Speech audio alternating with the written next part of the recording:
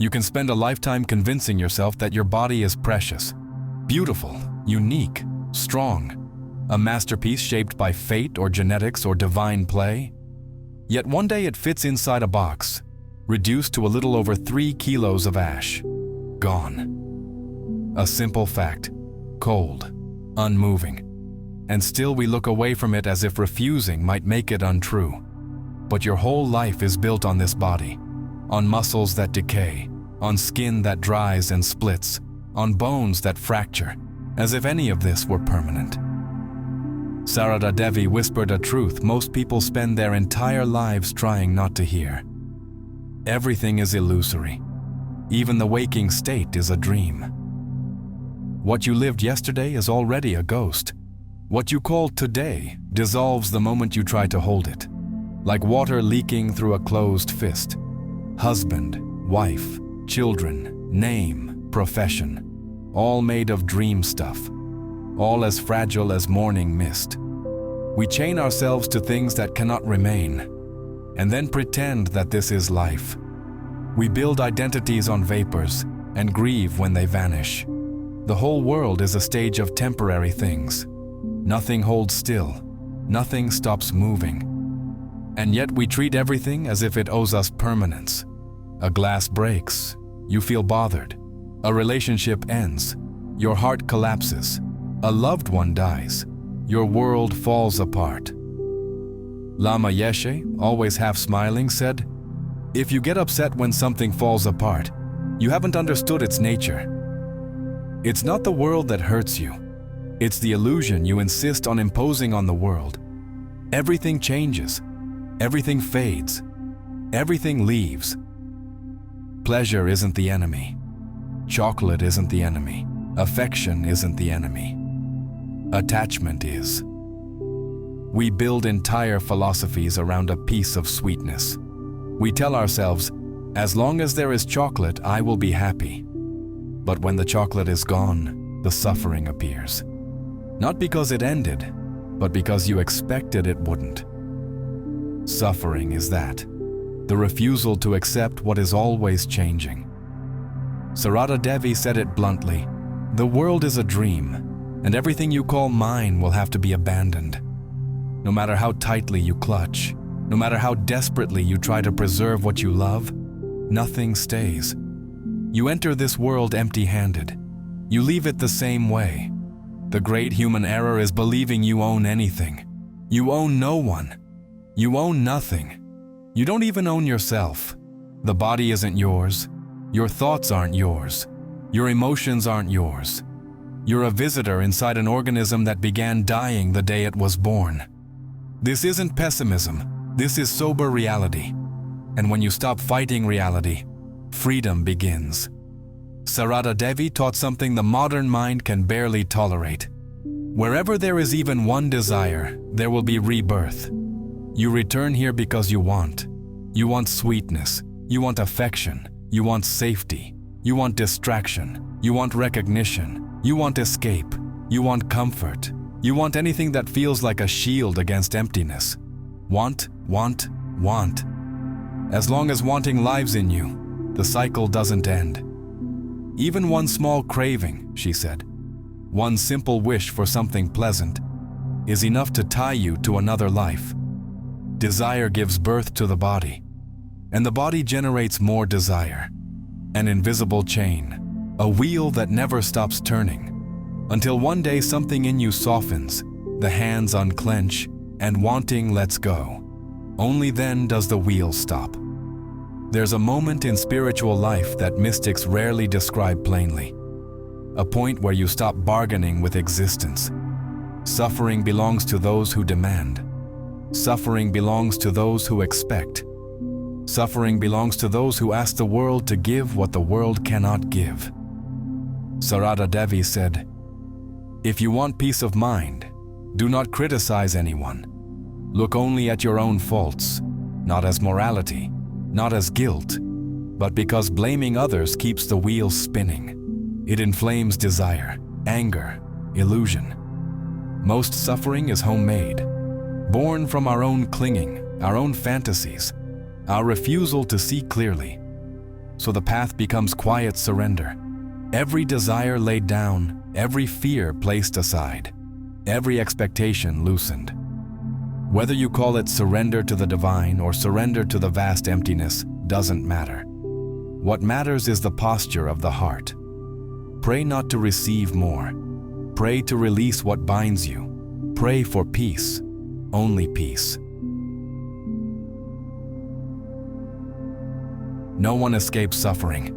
Not saints, not sages, not the enlightened, not even those who walk close to the divine. Pain touches everyone. The body has its storms. The mind has its shadows. Sarada Devi said, "Be patient like the earth." How many injustices are committed against her, and still she endures in silence. Pain knocks at your door, it will pass. Despair raises its voice, it will eventually quiet down. Nobody suffers forever. Nobody lives only joy. Life doesn't obey our fantasies. And when you stop meeting suffering with rebellion or drama, you grow from it instead of fighting it. The world is the divine's play. We are pieces in a story we don't fully understand. Wherever you're placed, serve, as simply as you can, with the cleanest heart possible. Everyone wants happiness. The whole world runs because of this single hunger. Behind every invention, every war, every religion, every story, there is someone trying to fill an inner emptiness. Cities were built because of it. Empires rose and fell because of it. Human lives were traded for promises of it. Lama Yeshe laughed gently. Humanity is searching for chocolate. Chocolate is metaphor. It's everything you use to avoid seeing yourself. Everything you idolize so you don't have to sit with the silence inside. But chocolate is temporary. And because it's temporary, it hurts when it disappears. The mistake isn't enjoying the sweetness. The mistake is building your identity on it, expecting it to stay, believing it should last. The problem was never the flavor. The problem is the grip. People think detachment means becoming a monk, running from the world, cutting ties, hiding in a cave. No, detachment is lightness. The ability to live without choking the moment. It's the ability to let go instead of tightening your grip on something that is already slipping. Lama Yeshe said, "Detachment doesn't mean rejecting everything. It means softening the control. It's the gentle opening of the hand, the quiet understanding that nothing needs to be forced. You can enjoy pleasure, you can love, you can laugh, you can hope. Just don't imprison any of it. Everything is wind. Feel the wind pass. Don't try to trap it. Beyond the temporary joys, there is a quieter happiness. Steady, deep, unshakable. It doesn't come from the world. It comes from seeing yourself as you truly are. No one can take it away. No one can give it to you. No one can sell it or buy it. It rises when you observe your mind with honesty so sharp, it cuts through illusion. Lama Yeshe called it becoming your own therapist. When you stop hiding from yourself, the mind becomes clear, and a quiet happiness appears like a small flame in a dark room. It doesn't shout, it doesn't brag, it doesn't bargain. It simply rests in you, wherever you go, whenever you look inward. Maybe this text hurt somewhere. Maybe it touched old wounds. Maybe it lit a lamp in a dark corner you've been avoiding for years. Good. Truth stings before it frees. Sarada Devi ends everything with a single sentence. Peace is the main thing. Only peace is necessary. And Lama Yeshe completes the teaching in his own way. When you understand impermanence, you don't fear anything. That's the last line, and the first step. Let go of what won't last. Release what chains you. Accept what changes. See what remains. You don't control the dream, but you can wake up inside it. And when you wake, life continues as it is. But you are no longer the same. There's a moment, quiet and almost invisible, when you finally notice the truth that's been following you since birth. Everything you love, everything you fear, everything you cling to, is slipping through your fingers. The world feels solid. Your plans feel certain. Your relationships feel anchored. But none of it stays. Not the body, not the name, not the story you tell yourself so you can sleep at night. We chase permanence inside a place built entirely of sand. Some people try to outrun this truth. Others numb themselves. A few pretend they don't care. But deep down, everyone knows. The moment you cling, you suffer. And yet, in the middle of this dissolving world, there is something strangely beautiful.